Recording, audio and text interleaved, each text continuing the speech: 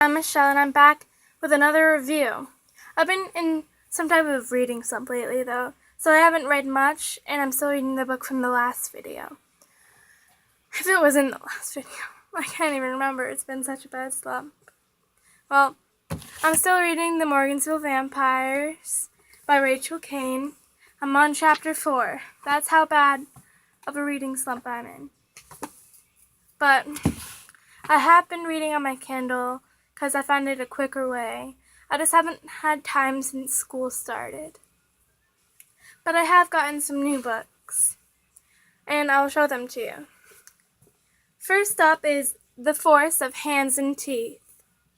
This is by Carrie Ryan. I'll read the back for you. In Mary's world, there are simple truths. The sisterhood is always known best. The guardians will protect and serve. The unconsecrated will never relent. And you must always mind the fence that surrounds the village, the fence that protects the village from forest of hands and teeth. There's more on the back, but I got more books to show you. So up next is The Goddess Test. This one is by Aimee Carter. How do you spell that is A-I-M-E with an apostrophe over the top, E, then Carter. I'll read the back of this one.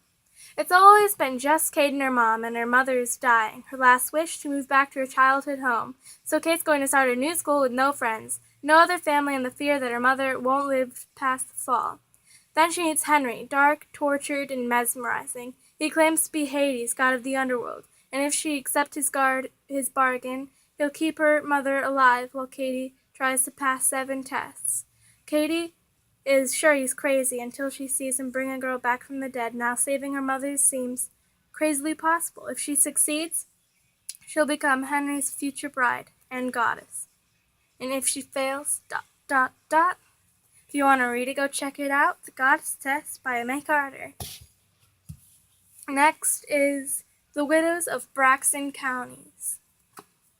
This is probably something that I wouldn't pick for myself, but my friend gave these books to me except for The Morgansville Vampires, so.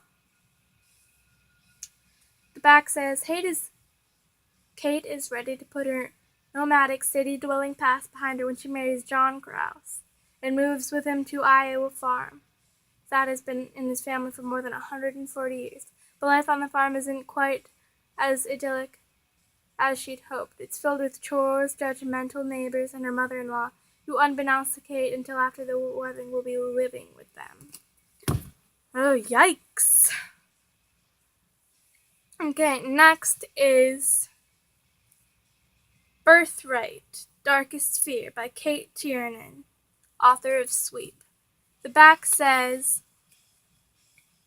I froze, my breath snagging in my throat. Lit with instant adrenaline, I stayed very still and scanned the yard. What is it? It was my turn to die. Cold sweat beaded on my forehead and my back where my shirt was already sticking to me. I couldn't breathe. I couldn't swallow. Slowly I looked up into the magnolia branches, and there it was, a jaguar. Its golden coat, broken by black rosettes, stood out against the dark brown. Its eyes were yellow, cold, and fixed on me in a predator's hungry gaze. And then it gave a fierce, sickening roar and leaped at me. Okay, here's the cover. Okay, next is The Dead-Tossed Waves by Carrie Ryan. This one says, Gabby lives a quiet life, secure in her town next to the sea and behind the barrier. She's content to let her friends dream of the dark city up the coast while she watches from the top of her lighthouse. Home is all she's ever known, all she needs for happiness. Okay, so this is The Dead-Tossed Waves by Carrie Ryan. Lastly, I have A Love to Last Forever by Tracy Peterson. On the back this says, Beth Gallatin has always wanted to settle down in one town with one man and raise a family, but with her father's roaming ways, she's found solace in reading romances instead. The passing of her father, however, means that Beth and her sisters can for the first time dare to claim the rugged Montana frontier as their home. There you go. This is A Love to Last Forever by Tracy Peterson. that is all for today. So please subscribe and like below.